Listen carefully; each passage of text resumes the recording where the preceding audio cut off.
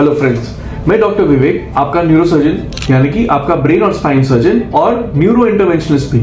Medical science में एक बहुत ही फेमस लाइन है, टाइम इज ब्रेन, यानी वक्त ही दिमाग है। जब किसी को ब्रेन स्ट्रोक यानी लकवा मारता है तो हर एक सेकंड कीमती होता है। क्या आपको पता है कि स्ट्रोक के दौरान हर एक मिनट में दिमाग के लगभग 20 लाख सेल्स मरते हैं। इसीलिए आज हम बात करेंगे स्ट्रोक के सबसे इंपॉर्टेंट और क्रिटिकल पीरियड की, जिसे हम गोल्डन आवर कहते हैं। चलिए साइंटिफिकली समझते हैं कि स्ट्रोक आने पर आपको क्या करना चाहिए और कितना टाइम होता है। ब्रेन स्ट्रोक आमतौर दिमाग के किसी नस में खून का थक्का यानी कि क्लॉट फंसने के वजह से होता है। इससे दिमाग को उस हिस्से में ऑक्सीजन और ब्लड सप्लाई पूरी तरह रुक जाता है। अगर इस सप्लाई को सही समय पर दोबारा शुरू न किया जाए तो वो एरिया हमेशा के लिए डेड हो जाता है। इस सप्लाई को बचाने के लिए मेडिकल साइंस में एक फिक्स टाइमलाइन है, जिसे हम 4.5 घंटे कहते हैं। स्ट्रोक के सिम्टम्स शुरू होने के 4.5 घंटे के भीतर मरीज को स्ट्रोक रेडी हॉस्पिटल पहुंचाना जरूरी है। इस शुरुआती वक्त को हम गोल्डन पीरियड कहते हैं, जहां सबसे बड़े चमत्कार होते हैं। अगर मरीज इस टाइम लिमिट में पहुंच जाता है तो न्यूरोलॉजिस्ट एक स्पेशल थ्रोम्बोलाइटिक दवाई देते हैं। ये दवाई दिमाग के अंदर फंसे हुए खून के थक्के को, मतलब कि क्लॉट को, तुरंत डिसॉल्व कर देता है। इस प्रोसेस को हम थ्रोम्बोलाइसिस कहते हैं और इससे लकवा का असर कुछ ही देरों में ठीक हो सकता है।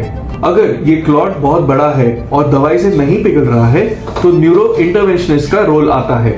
हम एडवांस मैकेनिकल थ्रोम्बेक्टमी प्रोसीजर करते हैं, जिसमें पैर की नस से एक कैथेटर दिमाग तक ले जाते हैं और दिमाग की नस के अंदर उस क्लॉट को पकड़कर हम एस्पिरेट करते हैं, यानी सिरिंज से हम उसको निकालने की कोशिश करते हैं। ये एडवांस प्रोसीजर स्ट्रोक के 6 से 24 घंटे के भीतर ही कुछ सिलेक्टेड पेशेंट्स में किया जा सकता है। लेकिन इसके लिए सबसे पहले आपको स्ट्रोक के लक्षणों को पहचानना होगा, जिसे हम बी फास्ट फॉर्मूला कहते हैं। बी यानी कि बैलेंस, या मरीज को चलते वक्त बैलेंस बिगड़ रहा है। ई यानी कि आइज, क्या अचानक आंखों में धुंधलापन आने लगा है। एफ यानी कि फेस, क्या हंसते वक्त चेहरा एक तरफ टेढ़ा हो जाता है। ए यानी कि आर्म्स, क्या एक हाथ या पैर में कमजोरी आ गई है और वो उठ नहीं रहा है। एस माने कि स्पीच, क्या मरीज को आवाज लड़खड़ा रही है और वो साफ नहीं बोल पा रहे हैं। और टी यानी कि टाइम, अगर इनमें से कोई भी साइन दिखे तो टाइम वेस्ट मत करिए, तुरंत इमरजेंसी कॉल करिए।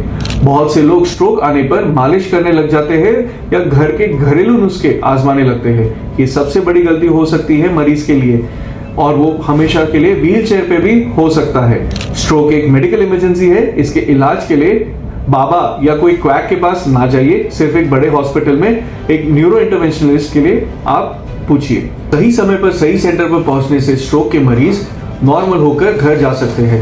एक जिम्मेदार नागरिक और परिवार के सदस्य होने के नाते आपको ये बातें जरूर पता होनी चाहिए। आपके खाने पीने और बीपी पर कंट्रोल रखें ताकि स्ट्रोक की नौबत ही ना आए।